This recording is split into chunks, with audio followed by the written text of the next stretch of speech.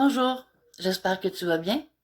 Je m'appelle Rachel et aujourd'hui je te propose de faire un cadre naturel. Naturel parce que nous utilisons des vraies fleurs et des vraies feuilles pour faire ce bricolage. Alors, voici les instructions à suivre. Tu n'as qu'à m'écouter pour le moment. Voilà. Pour commencer, on va aller à l'extérieur et on va cueillir ce qu'on va utiliser pour notre cadre. On cueille des petites choses.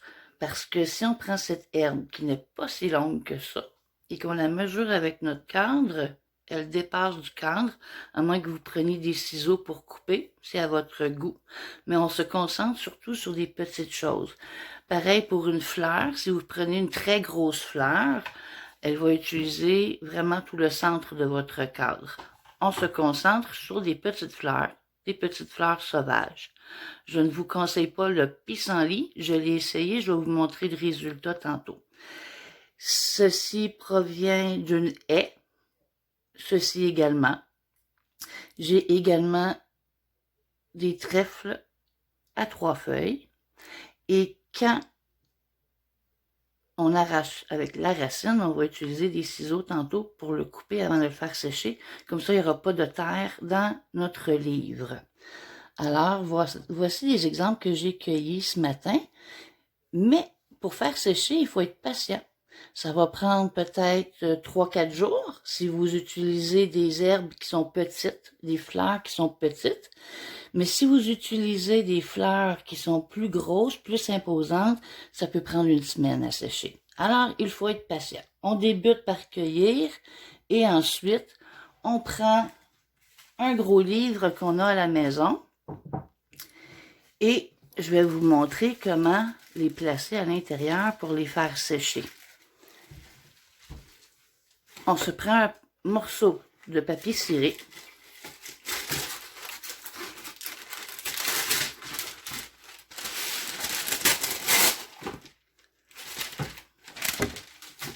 Qu'on plie en deux pour que ça rentre bien dans le livre. Et on place ce qu'on veut faire sécher. Et on fait attention de ne pas poser les choses une par-dessus les autres. Comme je disais tantôt, on enlève les morceaux de racines. On le ferme comme ça. Et on le glisse à l'intérieur du livre. Comme ça. Et on peut mettre un poids par-dessus. On peut vérifier après 3-4 jours, voir le résultat de ce qui a séché. Alors, je remets ceci de côté. J'avais choisi ces feuilles. Ça a donné un beau résultat, surtout que les petites couleurs ici font une nuance intéressante. Alors, encore des feuilles. Et voici le résultat que je n'ai pas aimé. J'avais choisi un pissenlit et ses herbes. Mais une fois séché, j'aime pas le résultat de l'herbe, ni le résultat du pissenlit qui est resté collé. Alors, c'est pour ça qu'on en prend de plusieurs sortes, parce que une fois séché, c'est pas toujours pareil. Dans le même sens que si vous prenez des fleurs très foncées, rouges, bleues ou violets, elles vont, une fois séchées, être noires. Voici des fleurs qui étaient tombées de la plante sur le parterre. Alors, quand on le décolle, il faut y aller très, très, très doucement parce qu'on s'entend que les pétales sont très, très fragiles. N'hésite pas pour demander de l'aide. Et puis, comme je vous ai dit, c'est un bricolage qui demande beaucoup de patience et de la délicatesse. Alors, il faut y aller lentement. Alors, même les fleurs, les pétales de fleurs qui sont tombés, ça fait très joli une fois séché. Alors, je vous conseille des petites fleurs et surtout ce qui est déjà tombé par terre. Maintenant, on continue. Une fois que ton feuillage et tes fleurs sont bien séchés, on va faire le tri pour commencer à faire le montage sur le cadre. J'ai plusieurs feuillages du même type parce que je voulais voir une fois séchés lesquels seraient les plus jolis et là je vais faire un choix. Par exemple, entre les couleurs qui ressortent de celui-ci et celui-ci. Hop, là, est dans le vert pâle. Celui-ci a comme des traits un peu plus foncés au travers. Alors, je vais choisir ceux qui sont très différents pour faire une nuance dans mon cadre. Alors, ces deux-là m'intéressent beaucoup. Je mets mon apron de côté. Je prends mon morceau de verre du cadre. Et on les colle pas tout de suite, on vient juste placer pour faire un montage, pour voir ce que ça donne. J'aime pas l'effet que les deux soient de la même longueur, alors tu peux prendre tes ciseaux et jouer avec les longueurs, dans ce sens-là, comme ça. Et ensuite, tu fais du essai-erreur, selon ton inspiration, ce que tu as le goût. Pourquoi on commence par le feuillage? Parce qu'on va mettre les fleurs sur le devant. Alors, les fleurs vont être au devant. Cette fleur, c'est joli, mais il dépasse. Mais j'aime beaucoup la courbe de cette tige. Alors, je vais l'utiliser comme ça. Et au lieu de celle-ci, je vais aller chercher la plus petite que j'ai, comme ça ici. Je vais continuer maintenant avec les fleurs.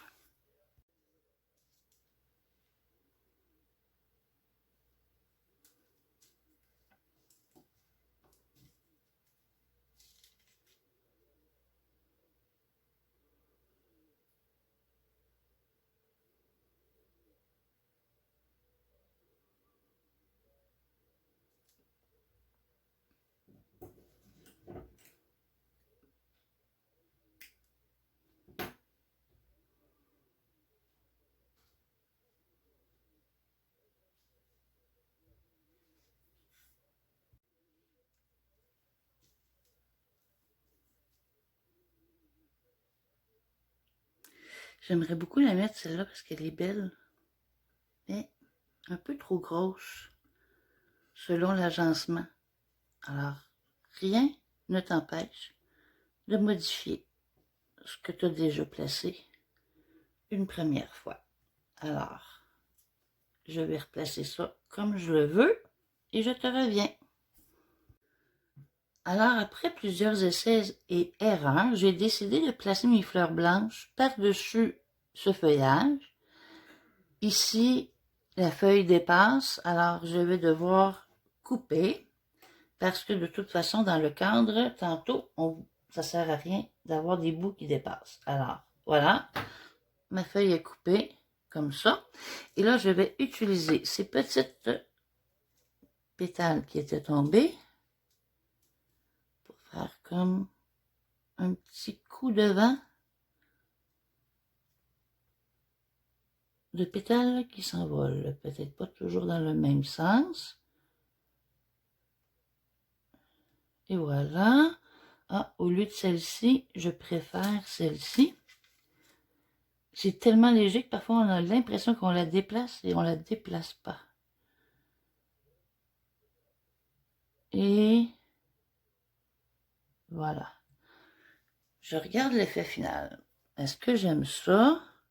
Je peux prendre le temps de les déplacer pour voir comment ça pourrait être autrement. Je l'aime comme ça. Alors maintenant que je suis satisfaite avec la façon que j'ai placé dans le cadre, je vais te montrer comment le fixer. En rangeant mes autres feuillages, je suis tombée sur celui-ci que j'ai trouvé joli, qui pourrait bien compléter ici l'endroit, alors je vais le placer à la fin. On va fixer très délicatement avec de la colle blanche, pas besoin d'une grande quantité. Vous pouvez utiliser le fond d'un plat contenant pour des œufs ou un petit plat Tupperware contenant qui se lave ensuite. Petit pinceau. Ceci, c'est un pinceau à pochoir. C'est un pinceau que je vais jeter par la suite puisqu'on va avoir utilisé de la colle. Je ne fais que lever le rebord. Comme ceci, je vais vous le montrer. Voilà.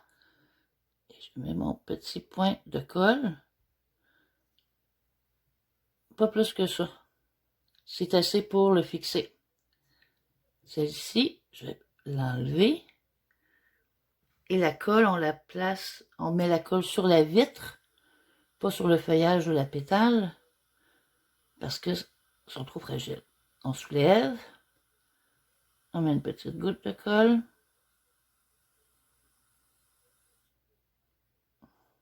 Et voilà.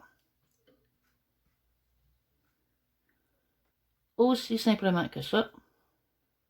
Petite goutte. On le colle. Ici, je vais coller les fleurs.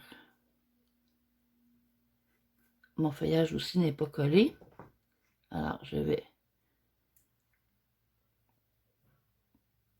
Oups, fixer mon feuillage. Ensuite,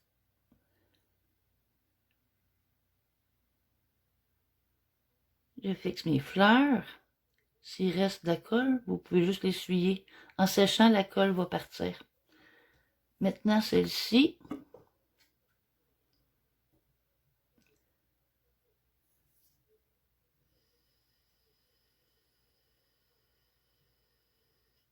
Et voilà. Et mon petit feuillage du bas.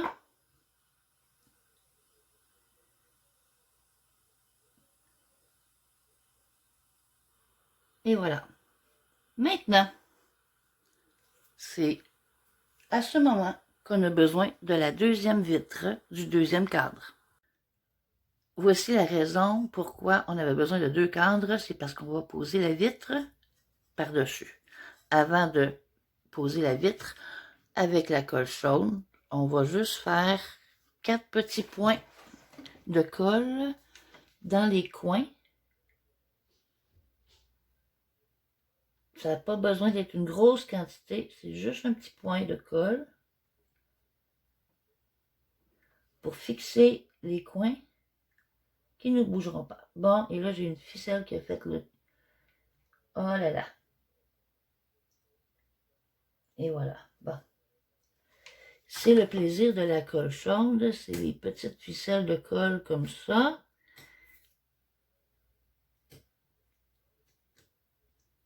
Alors, je vais enlever ma colle qui est de trop et je vous reviens. Alors, je recommence mes 4 coins et je vais m'assurer qu'il n'y a pas de filement. Si la colle chaude est difficile pour toi parce que justement tu ne veux pas te brûler, n'hésite pas de demander de l'aide. Et voilà, pas plus que ça.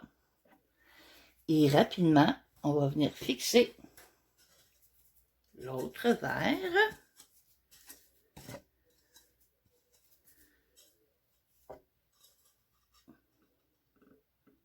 Sans déplacer, si possiblement, le feuillage qui est à l'intérieur. Voilà. Maintenant, on le laisse sécher. Et ensuite, on va le mettre dans le cadre pour l'accrocher. Puis on va mettre une petite corde. Après 5 minutes, c'est sec. Maintenant, on va fixer à l'intérieur du cadre. Encore avec de la colle chaude. Encore aux 4 coins. Tu peux te permettre cette fois-ci d'en mettre un petit peu plus. Puis si ça déborde, ça s'essuie. Ce qu'on veut, c'est que la vitre ne tombe pas. Parce qu'on n'utilisera pas le panneau du derrière. Alors, on tourne pour le fixer. Oups, je me suis accroché sur ma colle chaude. C'est pas une bonne idée. Et voilà. Maintenant, j'appuie un peu dans les coins pour m'assurer que la colle chaude a bien fixé la chose. Et voici l'effet que ça va donner. Maintenant, on va coller la corde. J'avais de la corde de jute à la maison. Peu importe la corde que tu as, tu peux l'utiliser. Pour la mesure, je mesure la largeur du cadre 2 fois. Là, on le coupe. c'est préférable de faire un petit nœud au bout. J'en ai déjà fait un de l'autre côté. Après un, tu peux en faire deux si tu veux, parce que ça va aider à fixer la colle. Maintenant, je m'assure que mon cadre est bel et bien à l'endos. Et je veux que ma corde ne dépasse pas le cadre, un petit peu du cadre, oui, un petit peu. Alors, je vais fixer avec 2 ronds de colle chaude.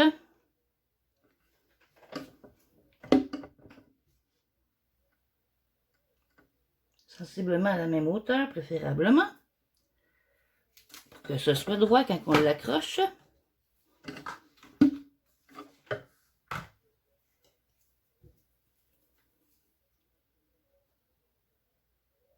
On la fixe comme ça.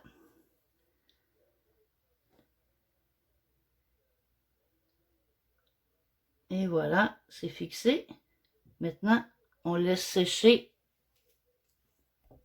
Voilà, je vous montre l'effet final à la fin. Voici l'effet final lorsqu'il est terminé. C'est moi qui tiens la caméra, alors je bouge un petit peu. Si tu l'accroches sur un mur où le soleil frappe, il se peut que tes feuilles sèchent plus et les couleurs changent.